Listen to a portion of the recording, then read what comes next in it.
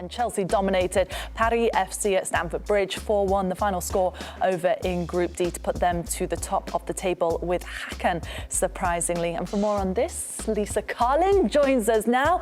Lisa, it's always a nice time of the year, isn't it, when we're in the Champions League group stage, especially after match day 2, because the table starts to shape up. There were some surprising results yesterday, but one that wasn't so surprising was that Chelsea result. A fantastic day for them. And how about Sam Kerr with a hat-trick? She is just electric right now. Huge. I mean, it was in perfect Sam Kerr fashion as well, but it took a little bit for Chelsea to get going. I think when you look throughout that the first half of this match, it's not a surprise that Paris FC did as well as they did. They held Chelsea to 1 goal. They actually get one back themselves, so it's all tied up at halftime.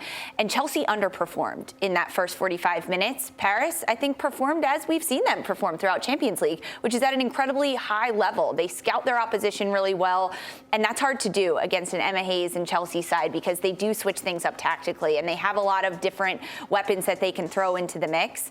There's a change at halftime. Fran Kirby came onto the match for Chelsea's side, and that opened things up a lot in the attacking end for Chelsea because they were able to connect through the lines, through the midfield and the forward line a little bit more. They were building out of a double pivot, and they got lost a little bit.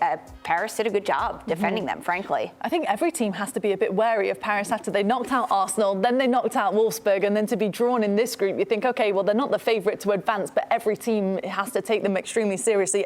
Chelsea are on such a good moment right now, though. Lauren James had a hat-trick in the WSL this past weekend, and obviously we know that Emma Hayes, is going to leave at the end of the season to take over the US Women's National Team. It was interesting to hear Sam Kerr's comments. I'm so happy for her, kind of.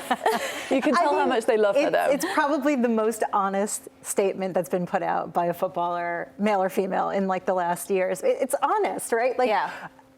For us, massive, massive win for the U.S. program. But for her, yeah, I guess I wish her well, sort of, right? Yeah. She knows that they're going to have to come up against that opposition eventually, and she knows exactly how Emma Hayes manages to do her job. And they do love her, and they respect Hayes so much. In that presser post-game, yes, they talked about Emma Hayes leaving, but Emma Hayes also made an interesting nugget drop. She was like, I can't wait to see Sam Kerr at 100% because she's only at 80%. She's scoring a hat-trick? Okay, but guys? She scored a hat-trick in Champions League. The second time she scored a hat-trick in Champions League, but also her 8th hat-trick in a Chelsea shirt.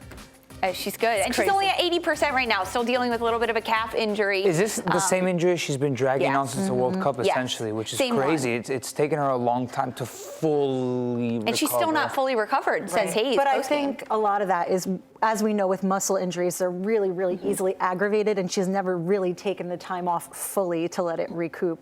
And they unfortunately have instances of recurrence over and over again. Yeah. What a way to end Emma Hayes' career with Chelsea if they can win the Champions League at the end of the season. Another team that's always one of the favourites, Lisa, is Lyon, and it just feels like they're not missing a beat at the minute. No, they're not at all. I mean, you look at their first 2 matches in Champions League, 9-0, and then they roll again 2-0 in this match.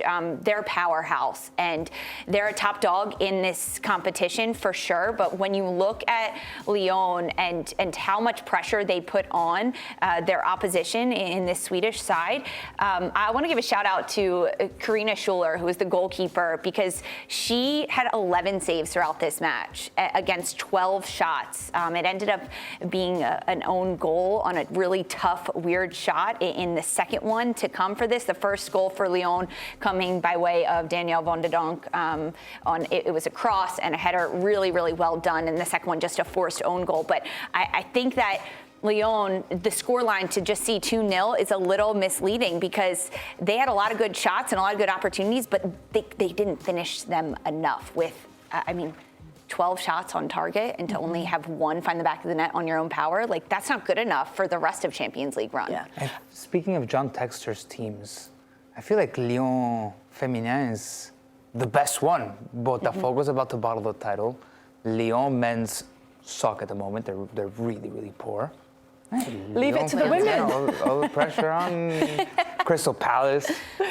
Speaking of teams that are finding goal scoring easy at the minute, your Roma, Christine, I know you love to talk about them. They obviously ran away with the Serie A title last season. They've done the same. It looks like they're at the top of the table as well this year. They just beat Ajax 3-0 yesterday. They are absolutely flying. Yeah, I mean, regular season Serie A, they're on a 5-match win streak. unfortunately to the detriment of Juve, who are sitting right behind them very tightly.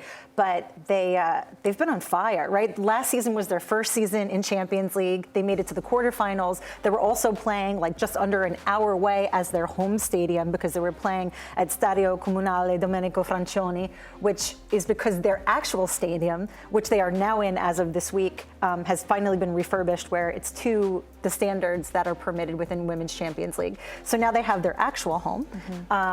They have goal And they also scorers. played at the Olimpico, actually, and we saw so many fans, which was amazing to see for Roma. I mean, they're on fire. They're absolutely, they love attacking early and making all the moves that they can early on, and then sort of defending, which is not terribly un-Italian.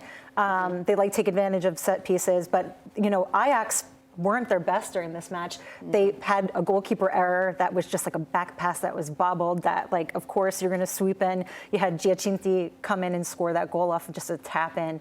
Took advantage of the places where they can, but they never, ever, ever stop attacking that Roma side. I think that's a good point, Christine. And the shift from playing in the Italian league to then playing in Champions League, they're going to have to defend a little bit more, which they are an attacking presence. They like to do that. But I was impressed with how organized Roma's defense was. Of course, that comes off the 2-2 draw with Bayern in the first Champions League match. And then against Ajax, they were really organized, and they kept that consistent throughout. They did change their game plan a little bit in order to put more pressure higher up the field. And that's what worked in Roma's favor to kind of roll through this. They're sitting at the top of their group right now with Bayern, and they've got PSG at the very bottom. What a group that is, by the way. How about Häcken sitting at the top of the group as well after their win against Real Madrid yesterday? You loved the goal that Häcken scored. Not only that, and the comeback and the win against Real Madrid, who has some questions at the moment. They got destroyed at the weekend in El Clásico against Barça.